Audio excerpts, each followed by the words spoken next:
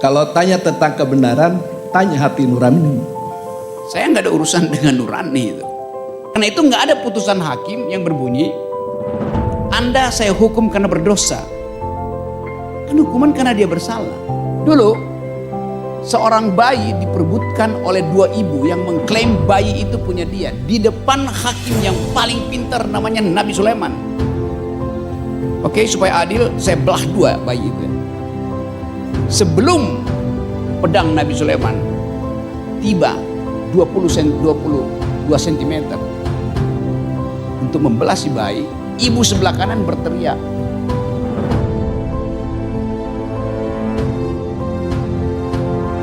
dalam doktrin Islam tentang keadilan, kata Nabi ditanya oleh masyarakat atau sahabat, kalau tanya tentang kebenaran, tanya hati nurani. Kalau ditanya apa yang buruk, maka tanya nuranimu. Nah itu. Nah sehingga norma ini dituangkan dalam kehidupan sosial, termasuk menjadi norma etik untuk hakim sebagai norma kode etik hakim. Dan itu kembali kepada kita masing-masing kan. Nah untuk menegakkan keadilan secara normatif, secara yuridis tadi oleh Bapak Kepala dituangkan dalam sebuah keputusan itu harus berdasar kepada aspek keadilan, aspek yuridis, aspek sosial. Nah untuk keadilan secara formal itu kan harus dilihat dari bukti yang dicermati oleh hakim.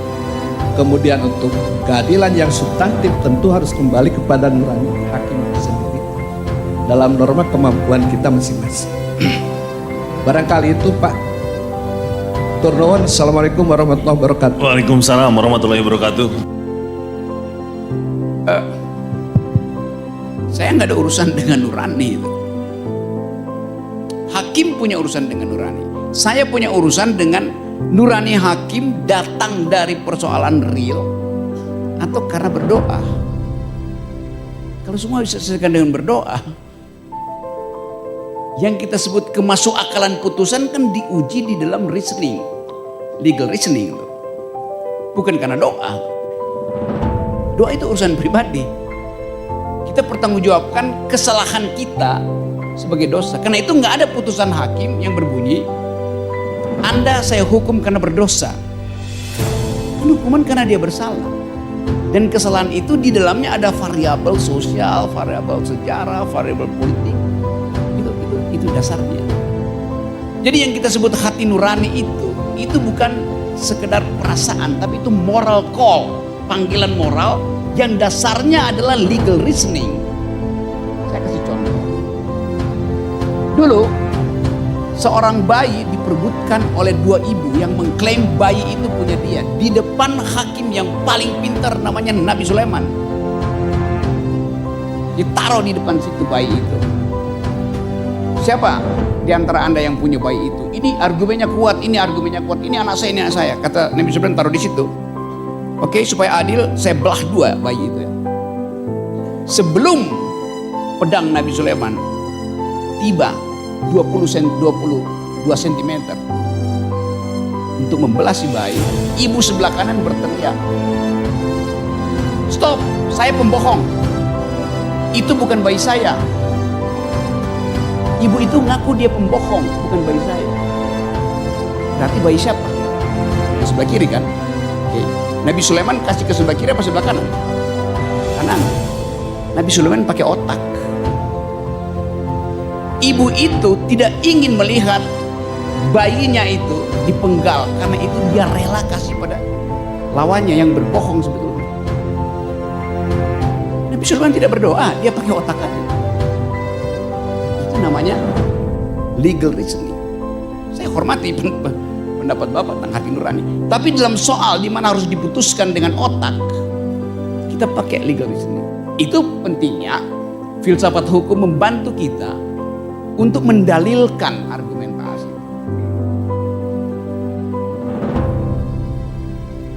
Bayangin misalnya, kalau Nabi Sulaiman gak punya otak, dia akan bilang, oke,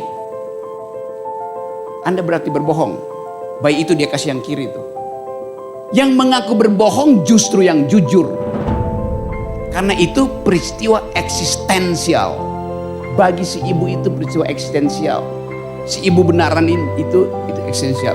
Bagi si ibu yang berbohong itu peristiwa material doang. Kita bedain antara yang eksistensial material karena ada tuntunan atau tuntunan. Itu pentingnya legalisme. Jadi saya balik lagi ke soal tadi. Kita ingin agar sebagai putusan itu didasarkan pada argumen supaya bisa diperiksa sebagai kasus. Karena kalau dasar hati nurani, bagaimana kita periksa sebagai kasus? Pindahin ke lain, hati nuraninya bisa lain. Itu putusan yang Anda pertanggungjawabkan pada Tuhan, bukan yang Anda pertanggungjawabkan di depan mahkamah akal. Kan itu bedanya. Jadi semua kasus harus bisa dibuka kembali supaya kalau kita naik banding ada dasar hukumnya, ada dasar argumennya kan. Kan kenapa kasus itu bisa naik banding? Karena di dalamnya ada reasoning. Itu dasarnya tuh. Kan tidak final. Bayangkan misalnya, hati nurani pengadilan tingkat pertama berbeda dengan hakim-hakim nurani tingkat kedua. Berarti Tuhan memberikan dua hati nurani yang berbeda. Kacau nanti ujiannya kan. Tetap yang diuji adalah reasoning. Saya juga nggak sepakat kepada Bang Rocky tadi atau Bung Rocky tadi. Hakim tidak perlu dengan hati nurani, bisa juga. Karena Saya nggak bilang tidak perlu. oh iya, Saya bilang fungsinya beda. Lain. Soalnya tadi waktu mencontohkan apa namanya tuh Sulaiman itu justru bukan akal pikirannya menurut saya.